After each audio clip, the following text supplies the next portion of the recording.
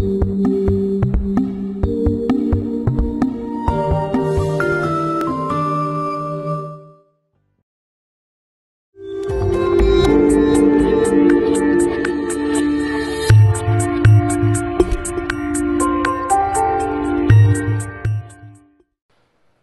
with that, I wanted to introduce and bring back Andy Kalambi back to the stage. He is going to talk about simulation on 3D experience platform. Andy, welcome.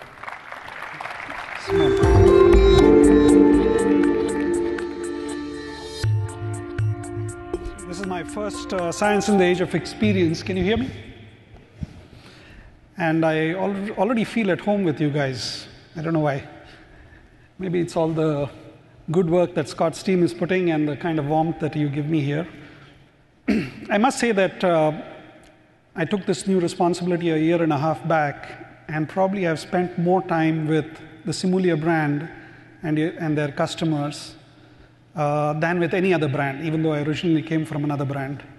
And I think that's because experience thinking, as we have talked about the 3D experience platform, and the ability to model the customer experience and simulate that customer experience to a level of fidelity that exists in the real world upfront. Simulation is the key technology and the key capability, in my opinion. And that's why it's led to some very interesting conversations with customers in terms of how to realize the promise, because at the end of the day, we are all serving our respective customers. Now, on the 3D experience platform, people have asked me many questions. Is it another PLM platform? What do I do if I have my current tools? Do I have to throw them out? Do I have to use CATIA? Do I have to use some of the other products that I don't use currently? So I hope through this session and through the sessions that we have, some of those questions will be answered. I want to leave behind with you 4 important attributes on the platform, which have been different from all that has been done before. The concept of being digitally connected. What is data-driven in today's world? And we are all living in a data-driven world. The new definition of model-based. We've been in model-based for a long, long time, but the model-based definition has evolved. And all this ultimately is impacting this whole ability to model the real world in the virtual environment. So how do we connect these two worlds almost seamlessly? Let me talk first about digitally connected. Today we use a lot of tools. Each of these tools have their own technology stack. If you take a modeling tool like CATIA, it has its own stack, it has its own geometry modeler, it has its own UI, it has its own a host of technologies that build that out. If you take Abacus, the same thing goes. If you take many of the other tools that are being used, and there's a lot of time and effort spent in moving data from one tool to the other tool, because you just need to translate that information which can be understood by that tool and taken back. So these handoffs and these translations and all this stuff, which we've pretty much become used to, is an onerous task. It adds a lot of complexity. So the first thing we've done on the 3D experience platform is ensure that we massively simplify. We move these applications to being apps, which means they share a common model, common geometry engine, a common UI, a lot of things that you would need not relearn or move data back and forth from. So the first thing is about simplification. It's from applications to apps. Now, what does this mean? What does this mean in the real world? Now, this is a world that you guys live in every day. And the designer, what does he do? He hands off to the simulation world for validating the function, validating the performance of what he or she has designed. And this world is, again, with multiple tools. You use a tool for pre-processing. You may then move it to a solver. And then the simulation analyst finally comes back and says, you've got to change something. And it goes back into the modeling world. Now, you remember Arthur talking to you in the morning. He talked about a week of this going back and forth, sometimes more. Now, this is the world that we've got used to living in. And we actually did a benchmark with one scenario to see how much does it take when you, in that scenario, it benchmarked with our own tools with a lot of automation, that is currently being done through scripts, etc. It still took 16 hours. In this new digital platform, in the new 3D experience world, it's all about going to a common source of data. And the Simulia apps on the platform just take this to a completely different level. That same scenario that I was talking about, which took 16 hours, took less than 1 hour. And let's just look at what that scenario looks like. Now, in this scenario, what you will see is I'm trying to optimize pocket depth. And what I'm able to do is I'm able to pick up the parameters, not just the data, but the parameters, and I'm able to change the value of those parameters. And I'm able to do that over and over again. So I have pocket depth, which is, no depth, shallow, a through hole, many scenarios. I'm not moving data back and forth. I'm not moving it back into the platform. And I'm not only able to do it for one parameter, I'm able to do it for many, many more parameters that I would like to do. Like in this case, I'm taking 4 parameters, and that would traditionally mean 256 iterations.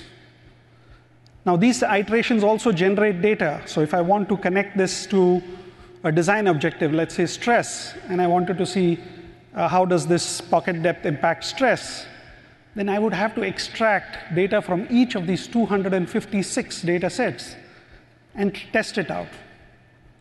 Now, this is being done in a fraction of a time on the platform because all the data is in there, and we use a big data approach to do this analytics. This is what the platform is all about. And this form and fit that you've seen now combined with function and behavior, this can be extended. This can be extended to define the manufacturing process. This can be extended into the operational, into the service environment, which means we are realizing this true model-based enterprise dream. And this becomes critical when we are looking at consistently delivering on the customer experience. This becomes even more critical when you're looking at a connected product in this whole IoT world, because now you're trying to bring back that data from the product that is in operations and then see what you can do better on the model, which we call now the virtual twin.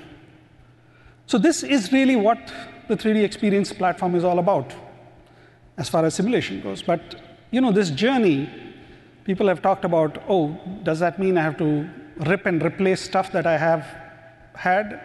Are you trying to get me into another PLM world or a PLM deployment? Well, many of our customers today start with what they have. This digital journey is about not necessarily having to rip and replace. Start with what you have. You have your existing CAD tools. You have an existing PDM environment. Hopefully it is ours, but even if it is not. And start with pushing this information into the platform. Take all the legacy parts that you have. The beauty about this approach is that now suddenly all your legacy parts are candidates. I can't find a single customer which does not want to reduce the cost of sustaining their current products. And set a target, 30%. 30% is what has been achieved by our customers. Put it on the platform, and you can even do this on the cloud. You don't have to do it on premise. A lot of these apps today are on the cloud, and you can push this data on the cloud and deliver these kind of benefits. Now, I want to take an actual customer example. This is a very large aerospace customer. They have been on a lightweighting program, cost optimization, cost down program for the last 10 years. And they were using a set of tools. They were using, of course, CATIA for modeling, but they were using OptiStruct. They were using Nastran and Abacus. And they had 3 different roles. They had a design engineer, an optimization engineer, and a stress engineer, 3 different roles performing this task. And this whole process used to take 10 weeks to run. Now, I said that they have been on a program. They had a big cost weight reduction target. Obviously, in the aerospace industry, weight translates to cost.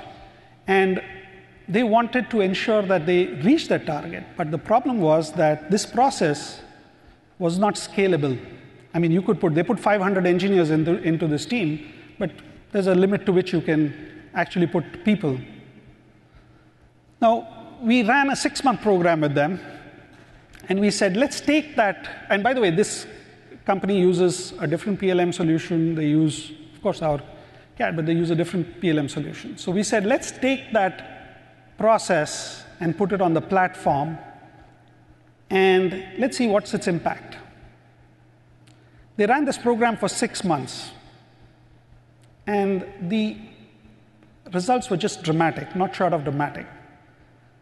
They accelerated the speed of what they were doing by 3 times, and now they have trained their engineer. You must have heard of Arthur saying that he has his engineers doing different things. They're not limited by their roles. This is another example. They actually retrained all their engineers now to do the entire process, to execute the entire process, which means they actually trebled their capacity as far as people concerned. So the digital platform, and by the way, they did not change their PLM, they did not change their authoring tools, their CAD tools, but the entire process of topology optimization, of managing the whole process of optimizing and making it ready for manufacturing, including making it ready for additive, was done on the platform. So there are entry points today which are relatively simpler than what the old journeys used to be on the platform. This could be treated just as a work-in-process environment, and you push this eventually into a release data downstream.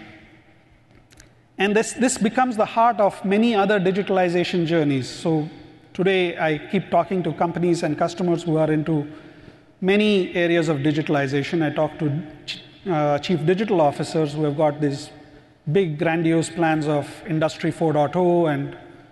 But I think at the heart of everything lies the fact that you need to be able to drive digitalization with a platform approach.